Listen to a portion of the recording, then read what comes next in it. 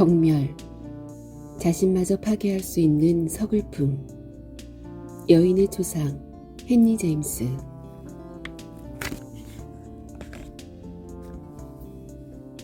프루스트가 말한 것처럼 사랑은 거대한 꿈과 같다. 어쩌면 일시적인 정신착란이라고도 할 수 있다. 상대방에게 있는 것을 없는 것으로 보고 반대로 없는 것을 있다고 보니까 말이다. 눈에 콩깍지가 씌었다는 어른들의 말이 하나도 틀리지 않는 지경이다. 애인의 가난함은 게으름 탓이 아니라 순수함 때문이라고 생각하고, 애인의 소심함은 우유부단함 탓이 아니라 섬세함으로 생각하니, 사랑이 백일몽과 같다는 말이 맞기는 맞는가 보다. 그러나 꿈은 언젠가 반드시 깨어나는 법. 황홀한 꿈일수록 깨어날 때는 더 비참해지기 마련이다. 꿈속에서 재벌이었는데 눈을 뜨고 보니 비좁은 단칸방에 누워있다는 사실에 직면한다면 그 참담함을 말해 무엇하겠는가. 여기 자신들의 눈에서 콩깍지가 떨어져 버린 서글픈 남녀의 이야기가 있다. 이사벨에게 귀족적인 생활은 고도의 지식과 자유가 결합된 것으로서 지식은 인간에게 의무감을, 자유는 향락을 준다고 생각했다. 그러나 오스먼드에게 귀족적인 생활이란 완전히 형식적인 것이며 의식적으로 계산된 태도였다. 그는 오래된 것, 신성한 것, 계승된 것을 좋아했다. 이사벨도 마찬가지였지만 자신이 선택한 것을 좋아하는 척했을 뿐이다. 오스먼드는 전통에 대해 비상한 경의를 품고 있었다. 언젠가 그가 이사벨에게 전통을 갖는 건 누가 뭐래도 좋은 일이지만 불행히도 전통을 갖고 있지 않을 경우에는 즉시 그것을 만들어야 한다고 말한 적이 있었다. 이 말 속에는 그녀에게는 전통이 없지만 자기에게는 다행히도 있다는 뜻이 담겨 있음을 이사벨은 깨달았다. 다만 그가 어디에서 그 전통을 획득했는지 그녀는 알 길이 없었다. 어쨌든 이사벨은 남편의 그런 사고방식을 경멸했으며 그것은 결국 그를 고자세로 만들었다. 오스먼드가 아내를 몹시 경멸했기에 아내 쪽에서도 남편을 경멸하는 건 당연했다. 자신이 세상을 인식하는 방식에 대하여 아내가 뜨거운 경멸의 눈길을 던진다는 것.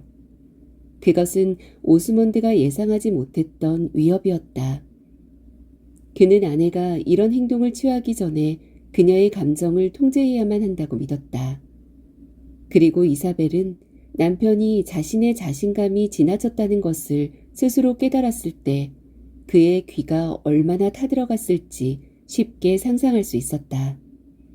어떤 남편이든 아내가 이런 느낌을 줄 경우에는 아내를 미워할 수밖에 없는 법이다. 너무나 때늦은 후에다.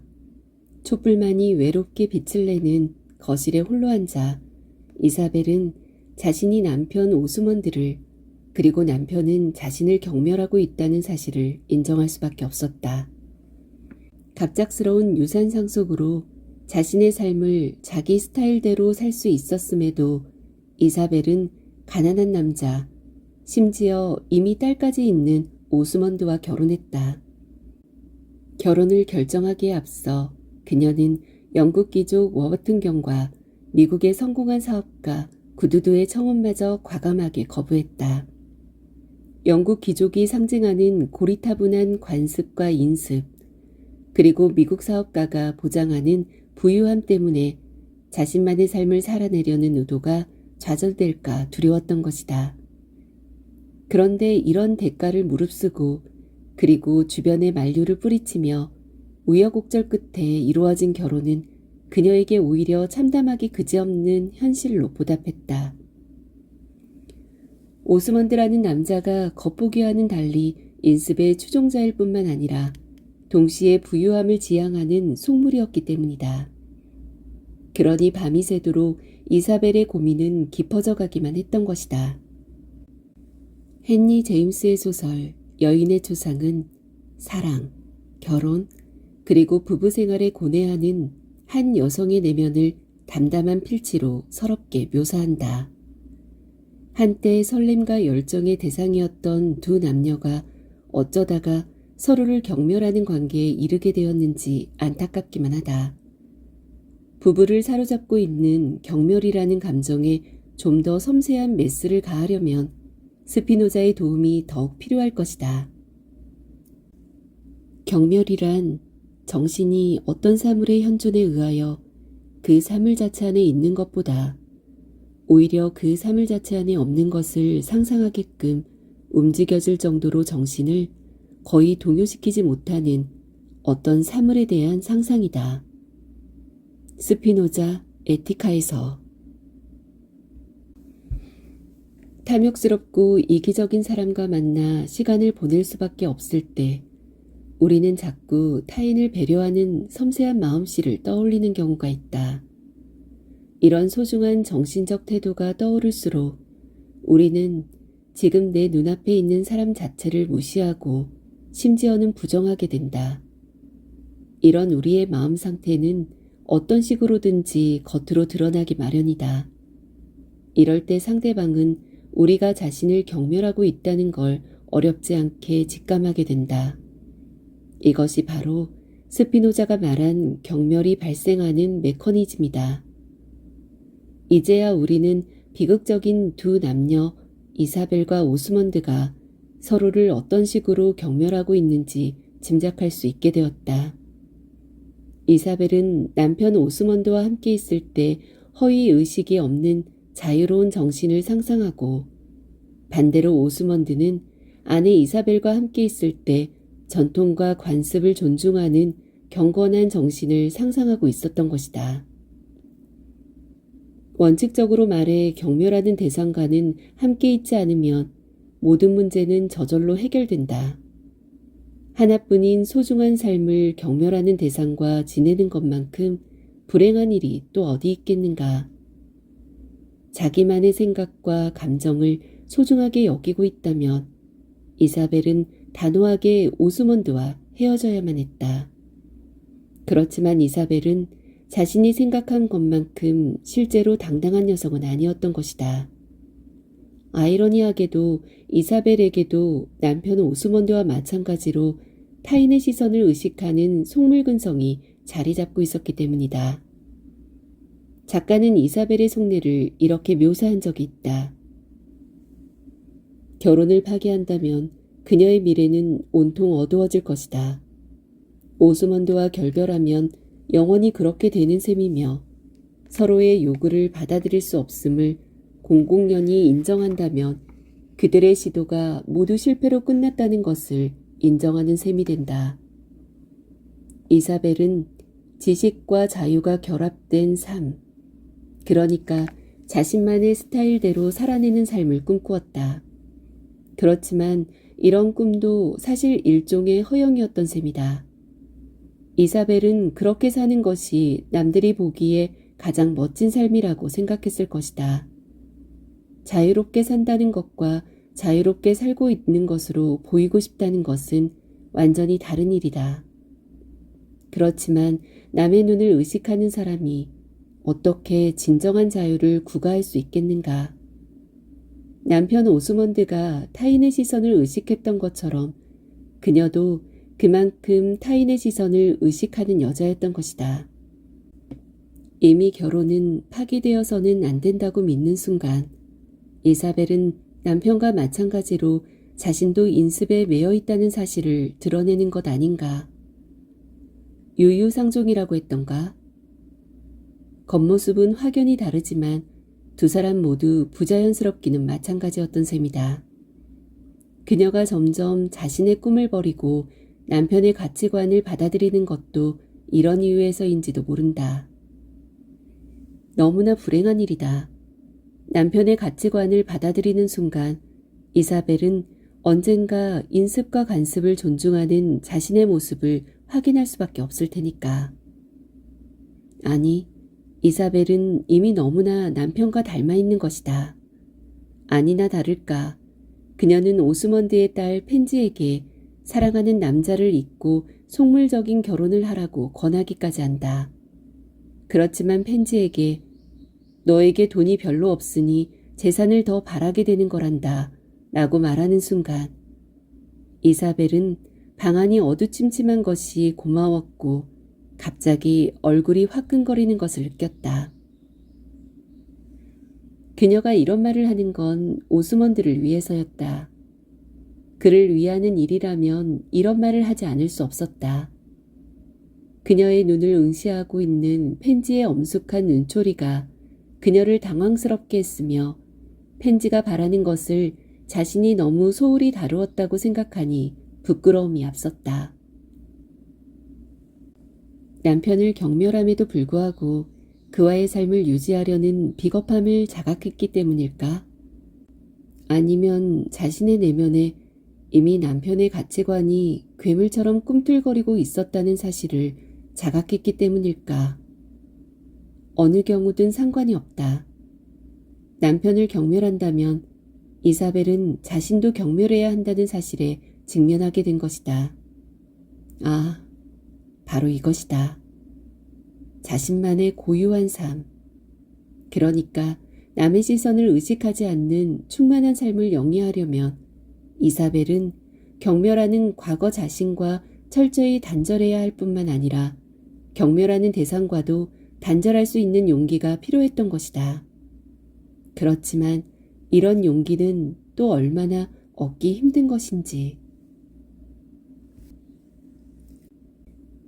헨리 제임스, 1843년 출생, 1916년 사망. 여인의 초상은 허멀 멜빌의 모비딕, 데니얼 호손의 주온 글자와 함께 19세기 가장 뛰어난 미국 소설로 손꼽힌다.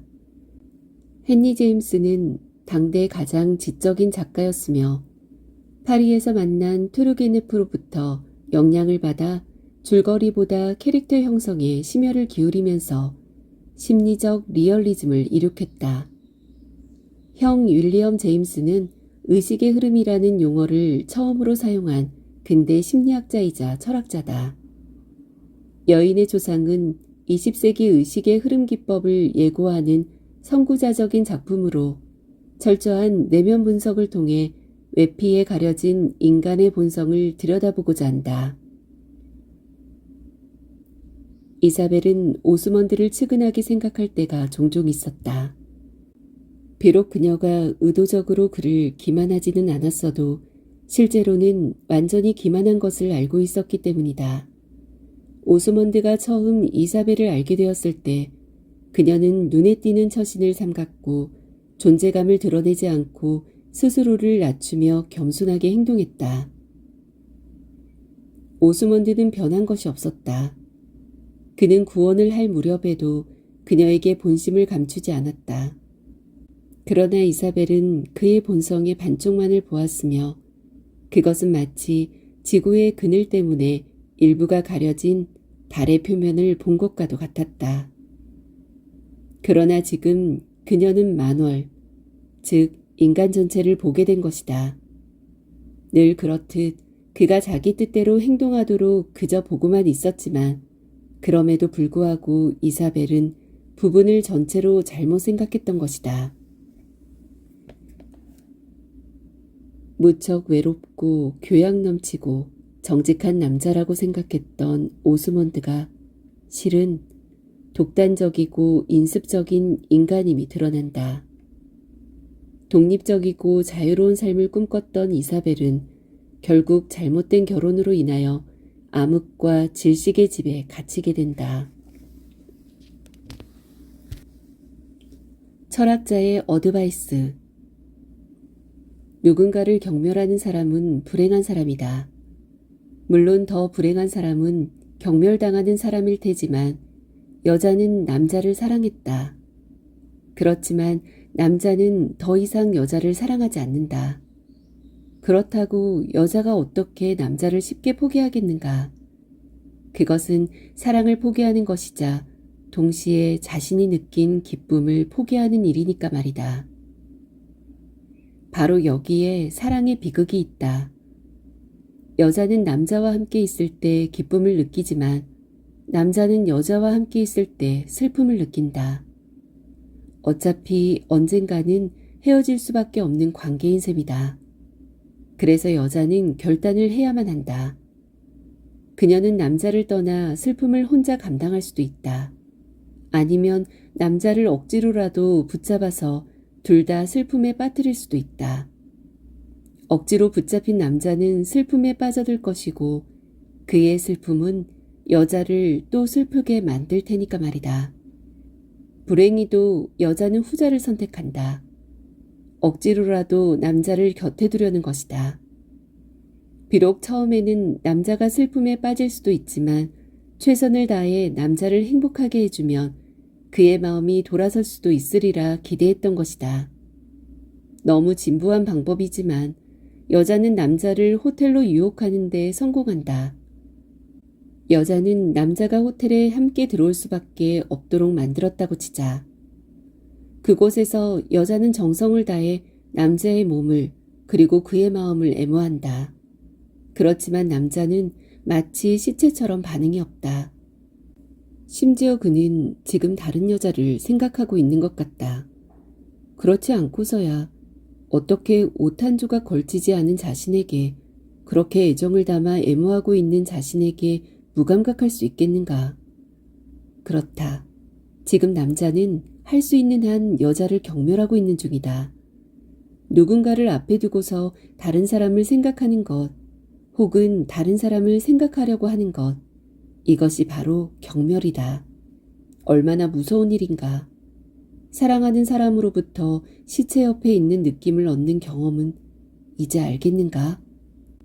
경멸당하지 않으려면 내게서 슬픔을 느끼는 사람을 쿨하게 보내주는 방법밖에 없다는 사실을.